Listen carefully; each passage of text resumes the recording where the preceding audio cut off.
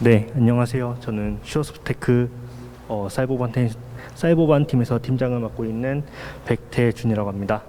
제가 이번 세션에서 말씀드린 내용은 디지털 트랜스포메이션에 따른 인베디드 시스템의 사이버 보안 평가 기술이라는 주제를 가지고 말씀을 드리도록 하겠습니다. 네, 목차는 다음과 같습니다.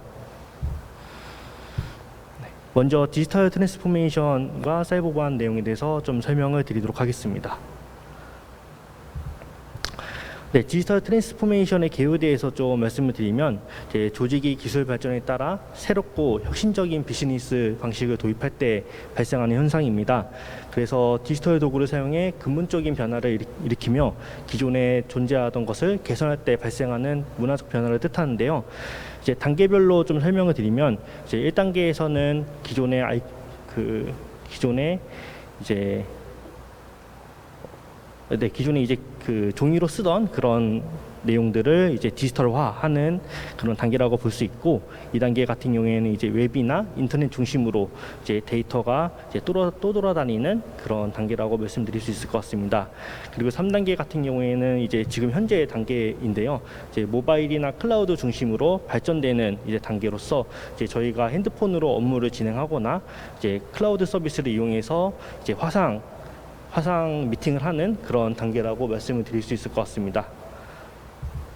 네, 하지만 이런 이제 디지털 트랜스포메이션이 다 장점만 있는 건 아닌데요. 이제 2020년 탈레스 데이터 위협 보고서에 따르면 조직의 인프라가 디지털화 될수록 데이터 유출 사고를 겪을 가능성이 높아지게 된다는 보고가 있었습니다. 그래서 미흡한 암호화나 죄송합니다. 네, 다시 처음부터 설명드리겠습니다. 네, 이러한 디지털 트랜스포메이션이 항상 이제 장점만 있는 것은 아닌데요. 이제 2020년 탈레스 데이터 위협 보고서에 따르면 조직의 인프라가 디지털화 될수록 데이터 유출 사고를 겪는 가능성이 높아지게 되는데, 이제 대표적인 사유로서 미흡한 암호화나 이제 데이터 보안 도구의 구현으로 인해 이제 조직의 사이버 보안이 위협받는 상황들이 많이 발생하고 있습니다. 이제 대표적인 사례로서는 이제 공급망 공격이라고 하는 이제 서플라이 체인 어택이 있는데요.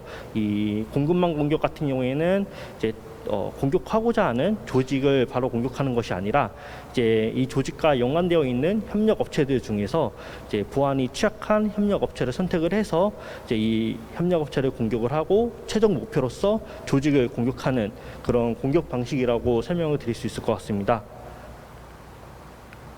네, 이제 다음으로 이제 구체적인 사이버 보안 위협 사례에 대해서 이제 최신 순으로 한번 말씀을 드리도록 하겠습니다.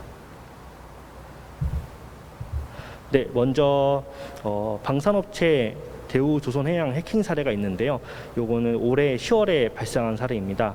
그래서 북한 해킹 조직으로 추정되는 조직에 의해서 방산업체인 대우조선해양에 해킹 피해가 발생했는데요.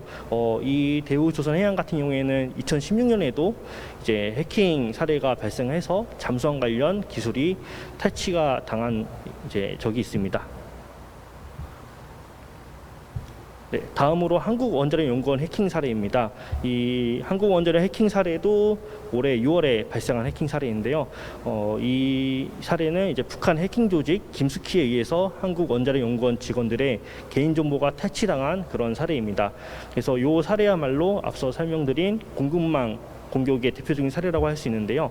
이제 요 김숙희라는 조직이 한국원자력연구원을 이제 직접 공격한 게 아니라 이 한국원자력연구원과 관련되어 있는 VPN 업체를 공격을 해서 이제 내부망의 취약점을 확인하고 거기에 백도어를 설치한 후에 해킹 공격을 수행한 사례입니다. 네, 다음으로 이제 미국 무인 드론 해킹 사례입니다. 이 사례는 이제 11년에 일어난 사례로서 비교적 좀 오래된 사례인데요. 이제 2011년 12월에 이제 아프가니스탄 국경 정찰 임무를 수행하던 미국 무인 드론이 이란군에 의해서 납포된 사례입니다.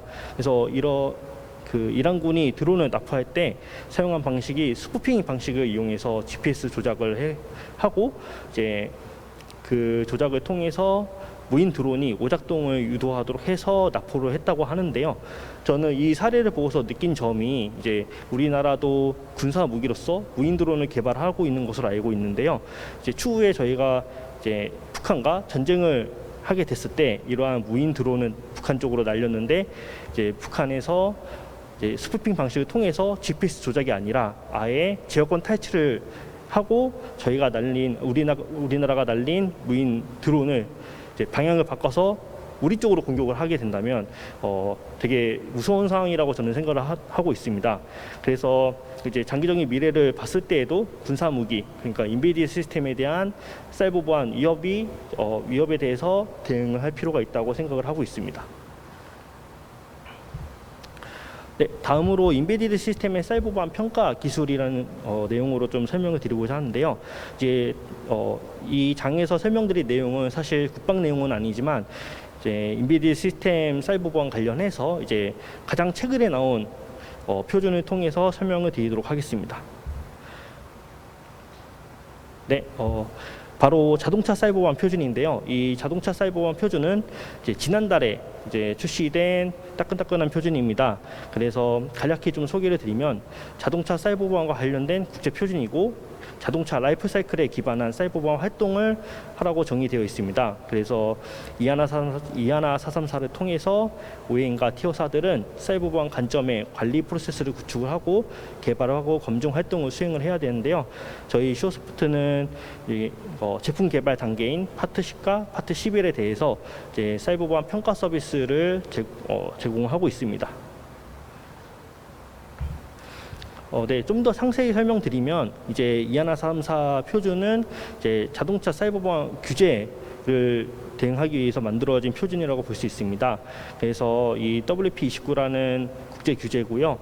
여기서 이제 대응해야 되는 서비스는 뭐 사이버 보안 관리 체계부터 시작해서 이제 생산 및 공급망 관리까지 이제 여러 단계가 있는데요. 지금 이 세션에서는 이제 컨셉 개발 검증에 해당하는 사이버 보안 평가 서비스에 대해서 좀 설명을 드리도록 하겠습니다.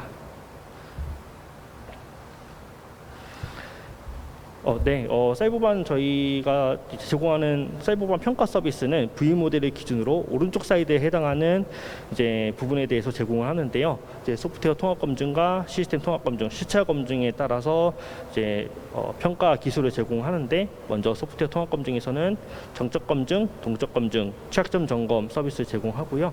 그다음에 시스템 통합 검증과 실차 검증에서는 침투 시험과 퍼진 검증이라는 이제 서비스를 제공합니다.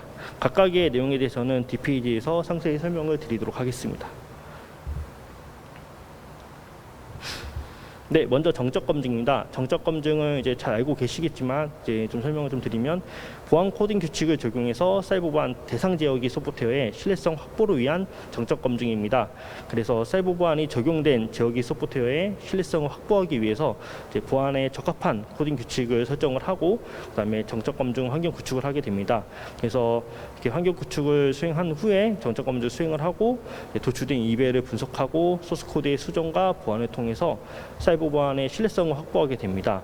그래서 기존에 이제 정적 검증 규칙이라고 하면은 미즈라 씨가 제일 많이 알고 계시는 규칙일 텐데요. 이제 사이버 보안 쪽에서는 CWE나 CERT-CR 같은 이제 보안 관련된 규칙을 적용해서 이제 검증을 하게 됩니다. 네, 다음은 동적 검증입니다. 동적 검증도 이제 잘 알고 계시겠지만 사이버 보안 요구사항을 기반으로 해서 이제 진행을 하는 거고요. 그래서 사이버 보안 요구사항과 소스 코드 간의 정합성 확인을 위한 동적 검증을 수행하는 거고, 그래서 기존의 기능 안전과 좀 다른 점은 이제 기능 안전에서는 기능 안전 요구사항으로 진행을 했다면 사이버 보안은 사이버 보안 요구사항을 이제 기반으로 진행하고요. 사이버 보안 요구사항을 분석을 해서 이제 검증 수행을 위한 검증 사용서와 테스트 케이스를 설계하게 됩니다.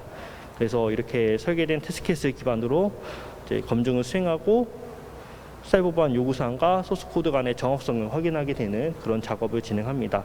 그래서 이런 이제 동적 검증 같은 경우에는 이하나 434에서 요구하는 이제 통합 검증 방법과 테스트 케이스 생성 방법에 해당이 됩니다.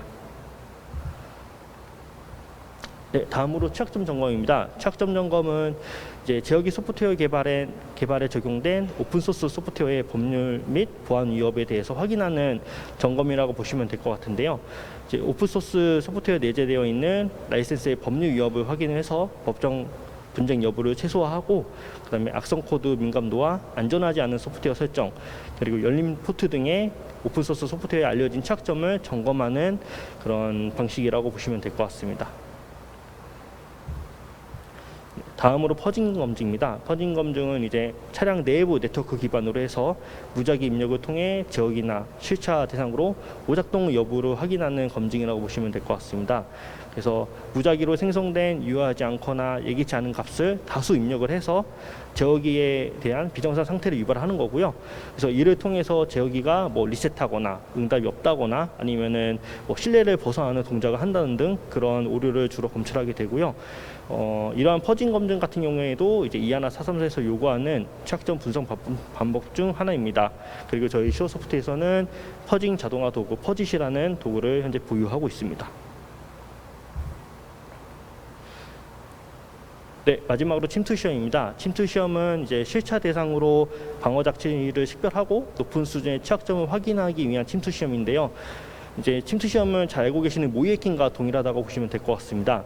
그래서 공격자 관점에서 진행하는 실질적인 보안 테스트로 전문적인 훈련을 받은 화이트 해커가 수행을 하게 되고요. 이제 시스템의 취약점을 분석하고 분석 내용을 기반으로 공격 시나리오를 개발을 해서 시험을 수행하게 됩니다. 네, 저희 발표는 여기까지입니다.